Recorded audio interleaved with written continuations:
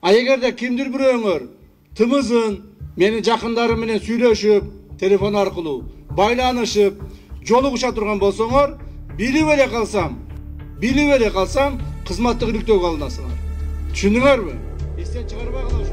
Мен мына силердин алдыңарда силердин жетекчиңер катары ар дайым айтып келгем, менин бир дагы бир тууганым, балдарым, бир туугандарым менен силер эч кандай мамиле кылбашыңар керек.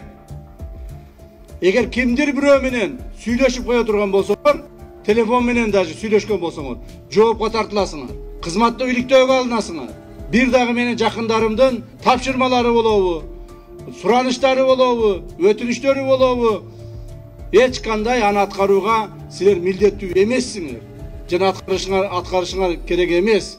Эгерде кимдир бирөөңөр тымызын менин жакындарым менен сүйлөшүп, телефон аркылуу байланышып, жолугуша турган болсоңор, билип эле калсам, кызматтык иликтөөгө алынасыңар. Түшүндүңөрбү? Эч качан мен өзүмдүн жеке проблемамды кызматка аралаштырып чечпеймин. Бирөөңө дагы менин үйүмдүн же туугандарымдын, жакындарымдын проблемасын чеч деп эч качан тапшырма берген эмесмин, мындан ары да бербеймин.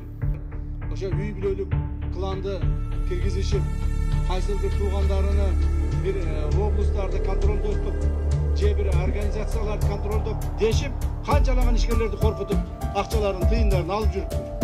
Мына кино тууган уруктары, жакындары да кармалып атат. Бир мисал айтып кетейин, бүгүнкү күндө урматтуу кызматкерлер, биздин